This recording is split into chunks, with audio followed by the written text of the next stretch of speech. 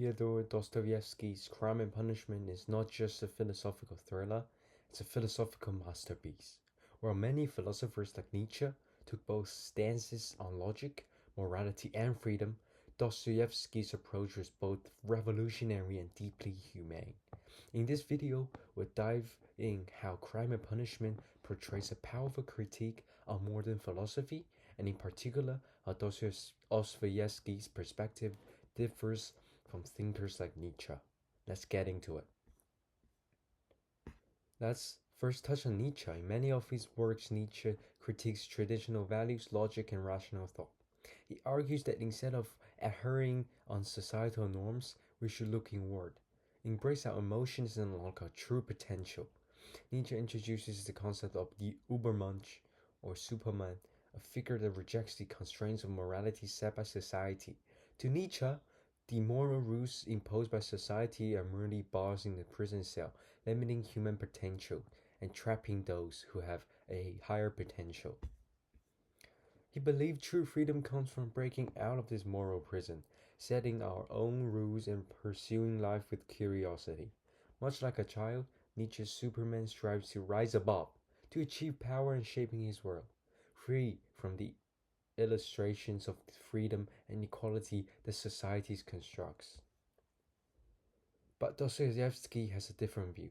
In Crime and Punishment, we meet Raskolnikov, a man who believes he can be a Superman too. He convinces himself, through pure logic, that by killing a corrupt pawnbroker, he'll be ridding society of evil and providing his superiority, just like a Napoleon would sacrifice his army for the better of the society.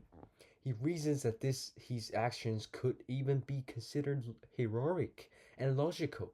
After all, wasn't he improving this society? But what Dostoevsky shows us is that pure logic, without considering human nature, can lead to devastating consequences. Raskolnikov's experiment fails. Instead of feeling like a hero, he's consumed by guilt, mentally crushed by the weight of his crime. After it, his actions may have been logical in theory, but in reality, they tore him apart. He never thought that he could be punished this hard mentally by his guilt. Through Raskolnikov, Dostoevsky reveals the flaw in the idea that pure logic alone can guide human action. Dostoevsky's critique of modern philosophy doesn't end with logic. It also takes aims on nihilism through the character of Svidrigailov. Here's a man who truly has no moral rules. He does what he wants, whenever he wants. A murderer and a manipulator who acts purely out of self-interest. If anyone in the novel could be considered as a Superman, it's him. But that's what's fascinating is that even Svidrigailov at the end of his life crumbles. When faced with love, he can't continue his immoral path.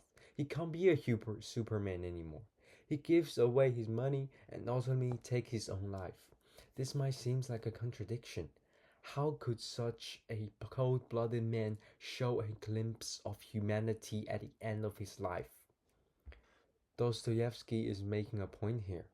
Even the most morally unbound individuals like Svidrigailov will eventually find something that gives their life meaning, something that they value more than their own existence. And in that moment, they focus to confront their humanity.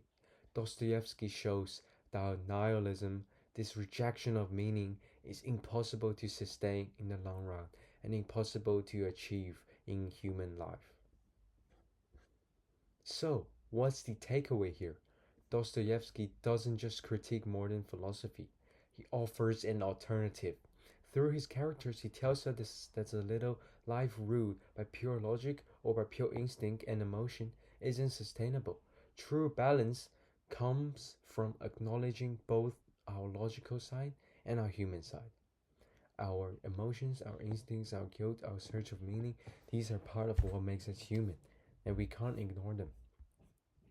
In the end, Dostoevsky encourages us to live a life of balance, neither logical nor instinct alone can guide us. Instead, we need to embrace both, recognizing that human nature is complex and that even within the darkest souls, there is a spark of light, a potential for redemption.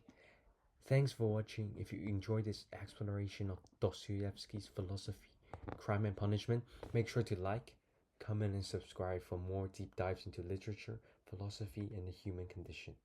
Thank you. See you next time.